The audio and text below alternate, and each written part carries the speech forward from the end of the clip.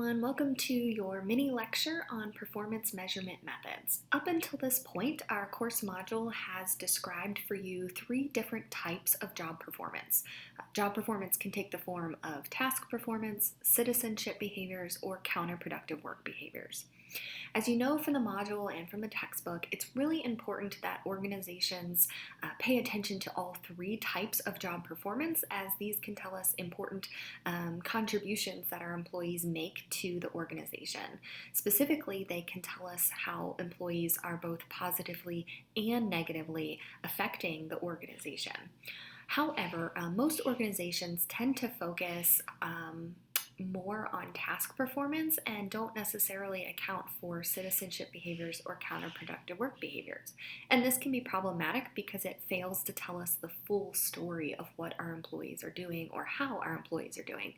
So going forward, when you think about job performance, when you go forward in your careers and you're assessing job performance, it's really important that you pay attention to all three types. So this mini lecture is actually going to present to you different ways to measure or to assess or evaluate job performance. You'll see here there are 5 different methods we're going to talk about. Method number 2, listed here, the graphic rating scale. This is not listed in your textbook. However, it's a very common method, and it's one that you might even have personal familiarity with. So I think it's important to at least introduce this type of rating scale to you. One other thing to note is that each of these methods is going to have strengths and weaknesses, and it's also going to be appropriate for some forms of performance but not for others. So for example, we might see that some of these methods are helpful with measuring counterproductive work behaviors but not necessarily helpful for measuring task performance. So I just want you to keep that in mind as we go throughout this lecture, and when you think critically about these methods, when might they be most appropriate for assessing performance? So we're going to jump right in by talking about management by objectives. So with this measurement method, basically we're looking at goals and whether or not employees obtain their goals. Most importantly, these objectives that are set for employees are mutually agreed upon by both the supervisor and the employee. So the supervisor does not force a goal upon the employee, but rather a conversation is had where both parties agree upon what goals or objectives the employee is going to be working towards in a given time period, whether it's the quarter or the year. As these goals are written or created, it's really important that they are both measurable and specific. So when we say that something is measurable, it must be able to be quantified. So when we're looking at a goal, it should contain some kind of number. That way we can easily assess whether or not the goal has been met. In addition, the goal needs to be specific, which means that we should very clearly state what behaviors are being assessed, what behaviors are part of the goal. So 2 example goals might be selling $10,000 worth of merchandise each quarter. It's very clear that $10,000 is the number, that's the measurable part. So if an employee sold $9,000, they would not meet the goal. But if they sold $10,001, they would have met the goal. And even more, the specific part is that we're saying we want them to sell merchandise. That's the behavior we're looking for. Similarly, with calling 30 prospective clients a week, we list the number of calls we want somebody to make, and we're saying you're making phone calls. So we can distinguish these behaviors from other behaviors, and there's a quantifiable number so we can be very clear whether or not they've met the goal. So with management by objectives, we assess performance by basically looking at the goals that were set and figuring out if the employee achieved those goals. So if the employee achieved the goal, then we would say they're a good performer. If the employee did not achieve the goal, we would say that was poor performance. So again, I want to reiterate that with management by objectives, we have to be able to quantify behavior, and we have to be able to do it in advance. So when you're setting goals, you're sort of forecasting what you expect to happen in the future. So this type of performance evaluation method would not be appropriate for jobs where we can't foresee into the future. So for example, creative task performance or highly creative jobs, or looking at changing jobs or jobs that have a lot of adaptive tasks would not be best assessed using management by objectives. Uh, for example, let's say you think about adaptive task performance as responding to an emergency. We would not set a goal that said, respond to 5 emergencies each week, right? We don't know how many emergencies there are, or we don't know when an employee is going to be required to adapt. That's why adaptive performance is unexpected or unusual. So again, we also would want to use management by objectives for positive performance, but we wouldn't want to assign goals for negative behaviors.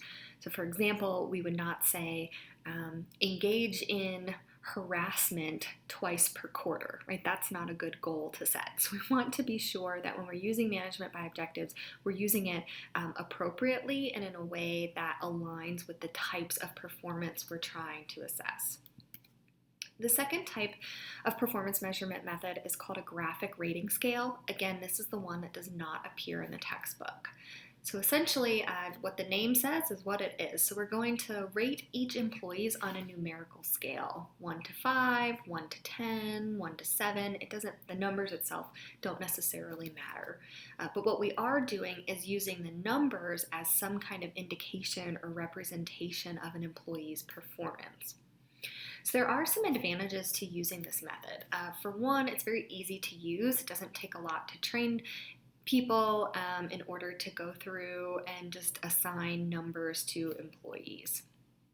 It's also very time efficient. So if you have a lot of employees that you're trying to evaluate, you can very quickly go through the scales and circle the numbers that you think should be applied to each employee. And by providing a number, some kind of numerical indication of someone's performance, we're able then to compare our employees. So we can see how many employees score a 10 or how many employees score a 5, and we can compare and contrast our high and low performers, which gives us an indication of who is doing well and perhaps who is not doing well. But there are some disadvantages to this method. The first is that it is imprecise. So if we ask somebody to evaluate an employee on a scale of 1 to 5 and they're given a 3, we may not really know what it takes to be a 3. It could be somewhat biased based on the evaluator's perspective. It doesn't tell us what behaviors are needed to get a 3 or to get a 4 or to get a 5, right? We don't know.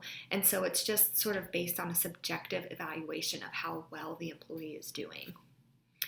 In addition, using this method, employees tend to receive average ratings. So we tend to rate people near the middle of the scale and say that they're doing well, but not necessarily exceeding expectations, so to speak. And so this means employees might be given ratings that aren't in congruence with their actual performance.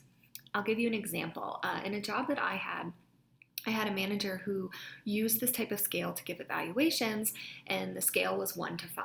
And in his opinion, no one could ever receive a 5 because that would mean there was no room for improvement. And so even if you were a very good employee, the highest you could expect to receive is a 4. So you can see how some biases can come into play with this scale because there is no real guideline of what each number stands for, and this perspective that employees might not be able to achieve the high end of the scale, which pushes their ratings down. This is an example of what a graphic rating scale might look like. So you can see that we might be evaluating these 3 different aspects, whether the employee is punctual, if they're respectful, or if they're a team player. So these are the traits we want to evaluate, and we're evaluating them on a scale of 1, 2, 3, or 4. So for each employee, our manager would go through and say, okay, well, how punctual is Nicholas?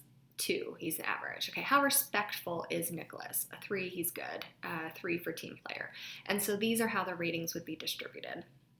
So as you can see, there's really no indication of what does poor performance mean or look like? What does average performance mean or look like? It's just based really on the opinion or perspective of the person who's doing the evaluation. The next performance measurement method is called a behaviorally anchored rating scale. And so with the behaviorally anchored rating scale, it basically builds upon the graphic rating scale by being more detailed and assesses job-specific behaviors.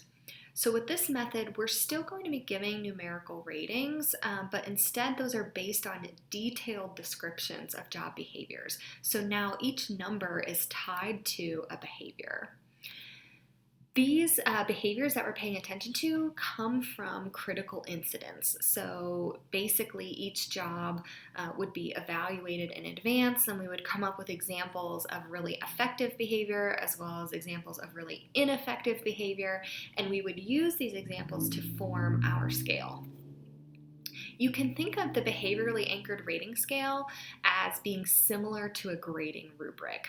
So in this course, we use rubrics to assess your performance on different assignments, and you can see how you are doing because each box of the rubric explains the type of performance or type of behaviors that need to be committed in order to get that evaluation. So the advantages of the behaviorally anchored rating scale is that it provides feedback for improvement. So an employee can clearly see what they scored, say they got a 3, and then they can look at higher boxes, right? They can see what a 4 or a 5 rating includes, and they can then use that to guide their behavior for future performance evaluations. Using this method also helps in minimizing biased ratings because, again, now there are specific behaviors that are listed. Each manager reads and assesses those behaviors, and it helps lessen the subjectivity that we see with the graphic rating scale. And this method is time efficient for evaluating employees because, again, you just go through the rubric and you essentially assess where each employee falls for each behavior and you rate them. So it's easy to train people, it's easy to use this method. In terms of a disadvantage, however, these are really time intensive to create. So you can imagine if you are a restaurant manager, you would need to assess your line cooks, your prep cooks, your dishwashers, your servers, your hostesses, your cashiers, right? For each of those individuals, you would need a separate grading rubric. So it takes a long time to create, but once you have the set of behaviorally anchored rating scales, then it becomes time efficient. But it can be really resource intensive to create these from the outset. So this would be an example of a behaviorally anchored rating scale. So again, take this idea of being punctual, which we had on a previous slide. So now if we're saying somebody's poor with punctual, we're saying the employee showed up late 10 or more times without having prior approval. So did the employee show up late 10 or more times? Yes or no, right? They either did or they didn't. And so if they showed up late 11 or more times, we can say concretely, yeah, they have poor performance. Whereas let's say they had good for punctuality, they showed up late to 1 or 2 shifts without having prior approval. So we're giving very clear indications of behavior within each box, and so a manager can more confidently and accurately describe an employee's performance. Same with being respectful, right? The employee listens to other employees when they share ideas, but the employee is unwilling to compromise with others. Versus if you're an excellent in terms of respect, you actively seek out others' ideas, you offer encouragement, you help moderate conflicts with others. So we're evaluating very specific behaviors and asking, do the employees participate in these behaviors? And that helps us give them a rating. So again, you would circle each one of these, and again, maybe 1 is poor, 2 is average, 3 is good, 4 is excellent. But the employee is very clearly able to see, based on their score, what behaviors they were assessed as performing. The next performance evaluation method is called 360-degree feedback. With this method, basically you are trying to gather data from multiple sources. So essentially, ratings are collected from the supervisor, and then ratings are also collected from different coworkers, maybe from clients, and even from the employee themselves. So there's also a self-evaluation component. So here, multiple sources of data are collected, and this allows for a more comprehensive appraisal because you can see from the perspective of different individuals who work with the employees what they think or how they perceive this individual to be performing. And one helpful tool with 360-degree feedback is that the individual can compare their self-ratings to the ratings provided by others and see if they are in alliance, or in alignment. So if an individual perceives themselves to be a team player, but yet everyone else says they are not a team player, that can then help guide their behavior for improvement in the future. So the advantages of 360-degree feedback is that it gives multiple perspectives. So the more information an employee has, the more they can do to help tailor their behavior in the future to increase their performance where it's needed. So it just gives multiple perspectives rather than just hinging on one manager's opinion or perspective of the employee. However, there are disadvantages of this method, and the one is that there can be discrepancies across raters. So if you ask 5 coworkers to evaluate an employee, you might get 5 very different opinions on how that employee is doing, and then it becomes difficult to know which of these is the right or which of these is the accurate perception. Another thing to note is that when doing 360-degree feedback, this is most appropriate for developmental purposes and not for promotion purposes. So what that means is using 360-degree feedback can help an employee to know what they do well or where they might have opportunities to improve, and can be used to really help shape their performance. But because we can't determine which ratings are the most accurate ratings, we would not want to use this information to make promotion decisions when deciding who to give a raise to or who to promote to a higher level position, just because we don't know for certain which rating is the most accurate, and that can then of course increase bias as well. So again, with 360-degree feedback, it's helpful. It provides a lot of great information for the employee, but we only want to use this to help with their development process and not with making promotion or hiring decisions. And lastly, forced ranking is our 5th performance measurement method. So here, employees are put into clusters. So an entire organization would look at all their employees, and they would put them in clusters to have the top 20%. Those are our superstar performers. The middle 70% who, are reliable, they do well, and then our bottom 10%. These are the employees that perform the worst. So this is what the curve would look like. We call this the vitality curve. This method was created by Jack Welch, who was the former CEO of General Electric. And you can see, again, that they rank all of the employees and then they fit into this curve.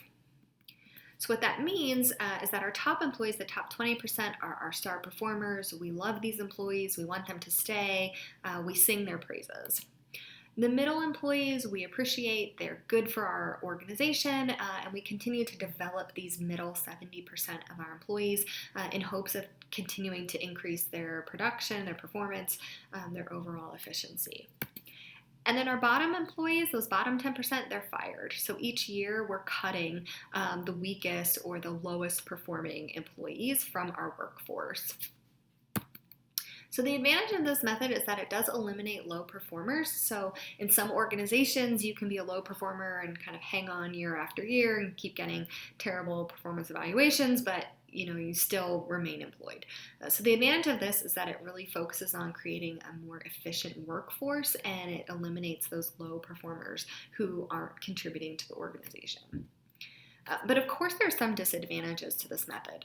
For one, all employees have to be ranked, and so while it might be very easy to identify your star performers, as you get down to along the list of your employees, it might become harder and harder to really evaluate and put people into clusters. And so it might be the case that somebody is a good performer, but they end up in the bottom 10 because someone has to be in the bottom 10. And so in this sense, good employees would receive poor evaluations and possibly would be fired, even if they were perhaps meeting their metrics, just not to the extent that other people were. This method also creates competition among peers, so you might be less likely to help out your competitors or your peers because you see them as competitors. So think of all those citizenship behaviors with helping and civic virtue and all the ways, the sportsmanship, all the ways that we might help other people or help our organization. You probably wouldn't see too many employees engaging in those behaviors because if they help someone else, it might hurt their own chances for falling into that vitality curve at the end of the year. And that then, of course, can create a very terrible work climate. So again, efficient for improving the productivity of the workforce, but perhaps not good at creating a climate and or might lead to the firing of employees who deserve to stay at the organization. So when we think about performance reviews, it's interesting that the perspective on performance reviews continues to change over time. In fact, there's some scholars and practitioners that would say we don't even need performance reviews anymore, and other people would say no, we definitely need performance reviews. So it's important to note that the nature of work itself and the way we perform work is informing performance review process. So one trend that we're seeing is this shift to a continuous review process. So rather than evaluating employees just once at the end of each year, we're going to give them more frequent performance reviews, maybe monthly or quarterly. So while this is helpful where we can catch problematic behaviors earlier, it definitely requires more time. So rather than reviewing everyone once a year, you're doing that multiple times. That can take up time and resources. But also we might have less substantive feedback to provide to our employees. So if I'm telling you every month how you're performing, I might not really have a whole lot of changes for you to implement, and it might seem like you're not getting as much developmental feedback as would be desired that you might get at the end of an entire year. And we might also see less reward for high performers. So if everybody's being groomed and developed multiple times each year, it might seem like there's less recognition for those people who are really doing an awesome job. But this process can be less threatening to employees because if you think about having an annual review, that can be very stressful, very nerve-wracking for employees as they wait to find out how they're doing and if they're going to get a raise, etc. But if we're giving more frequent reviews that seem to be less monumental, that can be less threatening to employees. And I think there's also a shift where we're moving more from focusing on employees' outcomes to instead focusing on the process. So here we're looking at employees' performance and maybe behaviors they're engaging in and the processes they're using to complete their work rather than just looking at their outcomes. So perhaps we don't just want to know how much money or how much revenue they brought in for the organization, but the process that employees are using. Think, for example, back in the 90s, Sears Auto, they had an auto shop, and employees were selling a lot of repairs. They were definitely breaking records in terms of the amount of money they were bringing in, but it was found out that they were sort of padding the books and doing repairs that weren't needed. Basically lying to clients in order to make their sales quotas. So obviously the outcomes would look very positive, but the process is not a good one, right? And they're not being ethical in their behaviors. And so focusing on what our employees are doing, not necessarily on what they're producing, is really a shift in performance evaluations as well. Okay, so that brings us to the end of Chapter 2 and our different performance measurement methods.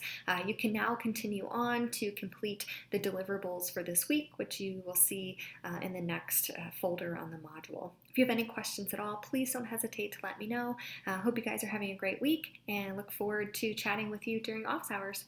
Take care.